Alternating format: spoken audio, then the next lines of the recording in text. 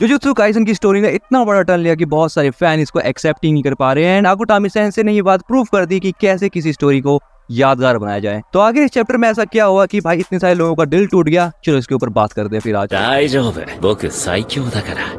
कुछ यही लाइन कही थी बहुत सारे लोगों के फेवरेट गोजो सातोरू ने, वो भी सीरीज की स्टार्टिंग में, और इसी के साथ गोजो जुजुत्सु काइसन का one of the hype character बन गया। लेकिन आकुटामी सेंसे के एक इंटरव्यू से बात निकल के आ रही है कि वो गोजो को हेट करते हैं। अब ये बात कितनी सच है मुझे नहीं पता, लेकिन मुझे ये बात पता है कि ये कैरेक्टर आकुटामी सेंसे का बनाया हुआ है। तो यार ऐसा कौन ही बंदा होगा जो यार अपने ही क्रिएशन को घटिया गए या हेट करे। गोजो ने एज अ कैरेक्टर बहुत सारे लोगों के दिल में जगह बनाई है और गोजो बहुत से लोगों का न्यू जेन का सबसे फेवरेट कैरेक्टर भी है। यहाँ पर बहुत सारे लोग ये भी कह रहे हैं कि गोजो की अनसीलिंग का फायदा क्या हुआ जब वो अपनी पहली फाइट में हार गया, तो इससे तो बढ़िया था कि भाई इसको तुम शिबुया इंसिडेंट में खत्म कर देते। अब ऐसी उठपटांग से बातें बहुत सारे लोगों के मुंह से सुनने को मिल रही है, लेकिन मुझे लगता है कि राइटर ने जो किया है भाई वो सब कुछ सोच समझ के ही किया होगा। हमने इससे पहले वाले चैप्टर में ये बात देखी थी कि भाई कैसे गोजो ने अपना हाथ हील करा था और उसके बाद उसने मोहर आगा की तो भाई ऐसी ही तैसी कर दी थी एंड सुकुना को भी लड़ने लायक नहीं छोड़ा। लेकिन चैप्टर 236 में सब कुछ उल्टा हो गया। लेकिन यहाँ पर एक क्वेश्चन ये उठता है कि गोजो इतना ज्यादा स्ट्रॉन्गेस्ट बना कैसे, और पूरे जुजुत्सु काइसन में इसको द ऑनर्ड वन क्यों कहा जाता है। तो गोजो जुजुत्सु वर्ल्ड में 7 दिसंबर 1989 को आया था और आते ही उसने पूरे जुजुत्सु वर्ल्ड के बैलेंस को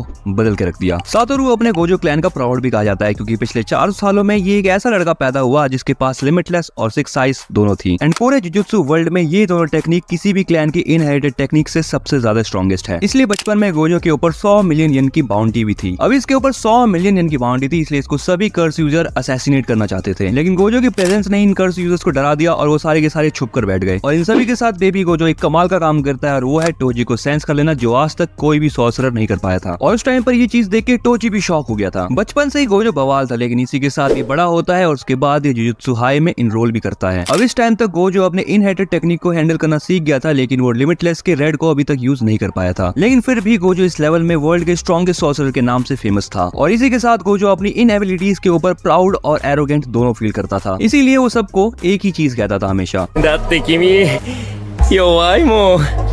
इस पॉइंट पर गोजो की अपनी इनहेरिटेड टेक्निक पे अच्छे से मास्टरी हो गई थी और साथ में गोजो जिसके पास पहले एक्सपीरियंस की कमी थी अब वो कमी भी पूरी हो चुकी थी। अब आगे चलते हैं और यहाँ पे अपना गोजो हो चुका है एडल्ट एंड इसी के साथ मैच्योर भी, वो भी थोड़ा सा, हाँ बस थोड़ा सा। यहाँ पर स्टूडेंट गोजो और एडल्ट गोजो में एक बड़ा डिफरेंस है और वो है डोमेन एक्सपेंशन को कास्ट करना। एडल्ट गोजो या फिर तुम कहो कि जेजेके 0 वाला गोजो अभी डोमेन एक्सपेंशन कर सकता है और डोमेन एक्सपेंशन को जुजुत्सु सॉर्सरी का पीक कहा जाता है। ज्यादा अच्छे से बताओ तो रिफाइंड डोमेन एक्सपेंशन, क्योंकि डोमेन एक्सपेंशन मेगुमी भी कर सकता है लेकिन उसके डोमेन में अभी बहुत सारी कमियां हैं। एनीवेज गोजो का डोमेन एक्सपेंशन यूज करना इसलिए भी कमाल की बात है क्योंकि जेजेके 0 वाली टाइमलाइन और करंट टाइमलाइन में बहुत ही कम ऐसे सॉर्सरर हैं जो कि डोमेन एक्सपेंशन का यूज कर सकते हैं। गोजो इस लेवल का स्ट्रॉन्गेस्ट सॉर्सरर बन गया है कि हायर अप्स भी गोजो से बहुत ज्यादा डरते हैं क्योंकि अगर गोजो इनके अगेंस्ट चला गया तो बहुत बड़ी दिक्कत हो सकती है। इसलिए तुमने देखा होगा कि गोजो की बात सब मानते हैं, जैसे कि यूटा को बचाना और यूजी को बचाना। जब गोजो स्टूडेंट था तो रेड का यूज करने में हमेशा फेल होता था, लेकिन एडल्ट गोजो बिना रेड का नाम लिए भी उसको यूज कर सकता है। और इसका सबसे पहला एग्जाम्पल हमने जेजेके 0 में ही देखा था कि कैसे गोजो ने इतने बड़े कर्स को एक झटके में उड़ा दिया। और हाँ, इस वाले गोजो की कर्स एनर्जी तो स्ट्रॉन्गेस्ट है ही, हैंड टू हैंड कॉम्बैट में भी सातोरू के सामने कोई नहीं टिक सकता क्योंकि जिस तरीके से गोजो ने मिगेल को पेला था लिटरली भाई उसकी हालत खराब कर दी थी। आकुटामी सेंसे तक ने ये बात बताई है कि गोजो बिना कर्स एनर्जी के भी हैंड टू हैंड कॉम्बैट में ओल्ड केंजाकू के जितना पावरफुल है।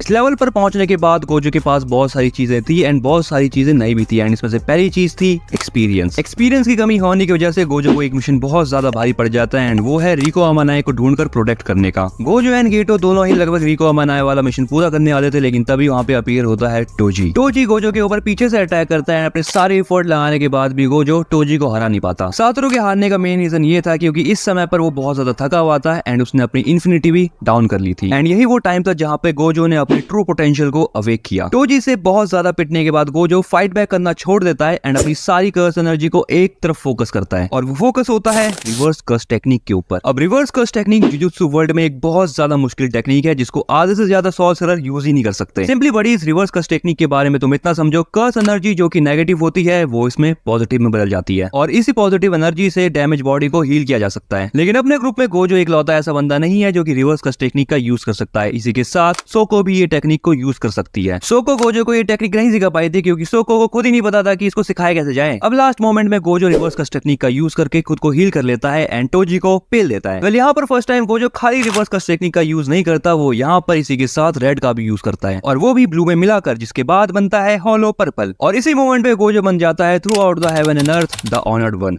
इस टाइम पर गोजो ने लिमिटलेस के दो टेक्निक्स को अवेकन कर लिया था जो कि था रेड एंड ब्लू। इन्हीं दोनों कलर्स को मिला के बनता है पर्पल। और अगर तुम्हें ये चीज समझ आ गई है तो कमेंट में जरूर लिखना कि यूरोसेजी अच्छा समझाता है। अब जेजे की 0 वाले गोजो के बाद जेजे की सीजन 1 वाले गोजो की बात करें तो सीजन 1 वाले गोजो ने सबसे पहले अपनी पावर दिखाई थी जोगो के साथ फाइट में, जहां इसने दिखाया कि क्यों गोजो को स्ट्रॉन्गेस्ट सॉर्सरर कहा जाता है। जोगो के साथ फाइट में सबसे पहले सातोरू ने उसकी भारी इंसल्ट करी और उसके बाद जब जोगो की कुछ ज्यादा इंसल्ट होने लगी तब उसने अपना डोमेन एक्सपेंशन किया। और पता है बड़ी क्या सोच रहा था, गोजो उसके डोमेन से ना बच ही नहीं पाएगा। लेकिन इस पहाड़ को क्या ही पता था कि इसका पहाड़ टूटने वाला है, क्योंकि गोजो का डोमेन इतना रिफाइंड है कि जैसे ही गोजो अपने डोमेन का एक्सपेंशन करता है तब जोगो का डोमेन गायब ही हो जाता है। सातोरू के डोमेन में आते ही जोगो को पता लग जाता है कि केंजाकू उसे गोजो के पास जाने से मना क्यों कर रहा था। तो बड़ी अब जरा यहाँ पे ध्यान दो। अगर मैं तुम्हें गोजो का डोमेन और अच्छे से बताऊं तो ये समझो कि गोजो के डोमेन में जब भी कोई टारगेट आता है तो उसे बस एक एम्प्टी स्पेस दिखाई देती है और टारगेट को ऐसा लगता है कि वो यूनिवर्स के एकदम सेंटर में आ गया है। लेकिन रियलिटी में ऐसा कुछ नहीं होता। रियलिटी में टारगेट के माइंड में गोजो एक ही सिंगल थॉट को इन्फिनिटी बार डाल और निकाल रहा होता है एंड यही चीज टारगेट झेल नहीं पाता और उसे हवा तक नहीं लगती कि भाई चल क्या रहा है मेरे आसपास। इसलिए यही रीजन है कि इस चीज से टारगेट का निपटना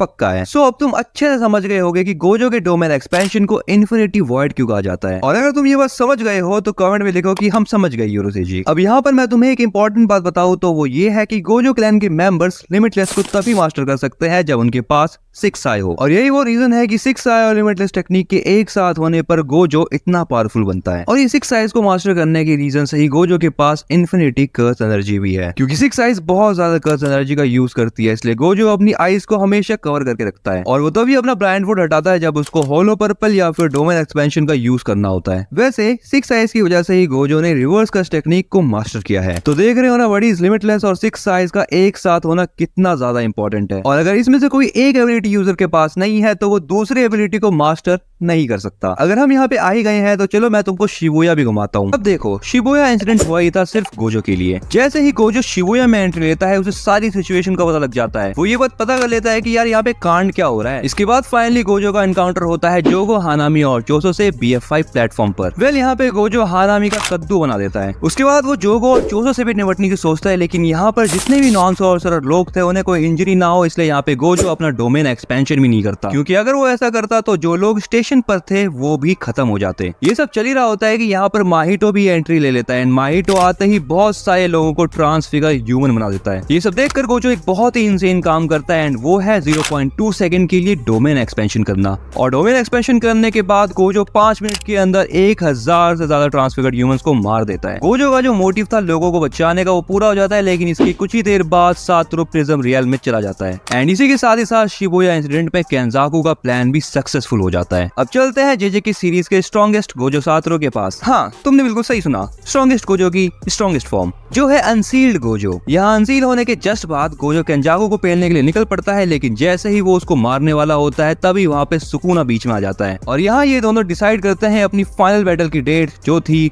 24 दिसंबर। बैटल को स्टार्ट गोजो ही करता है अपनी हॉलो पर्पल से, लेकिन ये वाला पर्पल नॉर्मल से 200% ज्यादा पावरफुल था क्योंकि वहाँ ऊटा हिमे की इन्नेट टेक्निक काम कर रही थी। पर 200% वाले पर्पल के अटैक से भी सुकुना को ज्यादा कुछ नहीं हुआ, बस उसका एक हाथ थोड़ा सा डैमेज हो गया था, जिससे बाद में सुकुना ने हील भी कर लिया। और अब फाइनली इसके बाद शुरू होती है स्ट्रॉन्गेस्ट सॉर्सरर की डोमेन बैटल, मतलब मेलवोलेंट श्राइन वर्सेस अनलिमिटेड वॉइड। और यहाँ पर तुम अनलिमिटेड, इनफाइनाइट, इंफिनिटी वॉइड इन सब में कंफ्यूज मत होना, ये सब एक ही है। इस डोमेन बैटल में गोजो को सुकुना के डोमेन से थोड़ी प्रॉब्लम भी हुई क्योंकि सुकुना का डोमेन बाकी सारे डोमेन से बहुत ज्यादा अलग था। सुकुना के डोमेन में कोई बैरियर नहीं है, इसलिए सुकुना के डोमेन ने गोजो के डोमेन को बाहर से तोड़ दिया और ऐसा करने के बाद सुकुना ने गोजो पर अपना स्पेशल अटैक किया जो था स्लैशेस। पर गोजो ने भी अपना दिमाग चलाया और उसने इस बार सिंपल डोमेन कास्ट किया जिससे कि वो खुद को हील कर सके और दोबारा से फाइट कर सके। यहाँ गोजो साथ में रिवर्स कर्स टेक्निक से अपनी कर्स एनर्जी को भी रिस्टोर कर रहा था। चैप्टर की शुरुआत में गोजो और गेटो दोनों एयरपोर्ट की वेटिंग एरिया में दिखाए जाते हैं, जहां पर नोटिस करने वाली बात यह है कि गोजो गेटो को कह रहा है कि मैंने अपने स्टूडेंट को कहा था कि भाई जब तुम मरोगे तुम अकेले ही मरोगे, लेकिन यहाँ पर गोजो गेटो के साथ दिख रहा है, तो हो सकता है कि ये गोजो की एक इमेजिनेशन हो और गोजो अभी भी जिंदा हो। लेकिन यहाँ पर एक और बात नोटिस करने वाली है कि गोजो उस समय को याद कर रहा है जब वो उसके बेस्ट दिन हुआ करते थे, और यहाँ पर गेटो और नानामी टीनेजर्स हैं एंड इसी के साथ रिको अपनी मेट के साथ भी है, वो भी जिंदा। तो यहाँ पर ये हाई चांसेस है कि गोजो अपनी बेस्ट टाइम की इमेजिनेशन ही कर रहा है। आगे गोजो फादर के बारे में बात करता है, लेकिन वो यहाँ पे अपने खुद के पापा के बारे में नहीं, वो यहाँ पे मेगुमी के पापा के बारे में बात कर रहा था। और यहाँ पर गोजो ने शोको को कहा है कि वो मेगुमी को सब कुछ बता दे उसके फादर के बारे में। एनीवेज अब यहाँ पे गेटो गोजो से किंग ऑफ कर्सेस सुकुना के बारे में बात करता है एंड यहाँ पर गोजो एक अनएक्सपेक्टेड सा आंसर देता है। गोजो गेटो को ये बताता है कि इस फाइट में सुकुना ने अपना 100% दिया ही नहीं। यहाँ पर गोजो को ये भी लगता है कि सुकुना बिना 10 शैडोज के भी गोजो को हरा सकता था। अगर यहाँ पर गोजो चचा इस बात से भी खुश है कि वो ओल्ड एज या किसी डिजीज से नहीं मरे, वो एक स्ट्रॉन्ग ओपोनेंट से मरे हैं। इसके बाद यंग नानामी को दिखाया जाता है, जो कि ये बताता है कि उसने एक बार मेमे से पूछा था कि उसको कहाँ जाकर रहना चाहिए। तो ये सुनकर मेमे ने आंसर दिया था उसे कि अगर तुम्हें एक नया इंसान बनना है तो तुम नॉर्थ जाओ, और अगर तुम जो हो अभी वही रहना चाहते हो तो तुम साउथ में जाओ। तो उस टाइम तो नानामी साउथ में जाना चाहता था, क्योंकि वो जैसा था वैसा ही रहना चाहता था। इन सब चीजों के बाद ये सारे गप्पे लड़ाते हैं एंड उसके बाद दिखाया जाता है गोजो को, और वो कहता है कि जो भी मैं सोच रहा हूँ अभी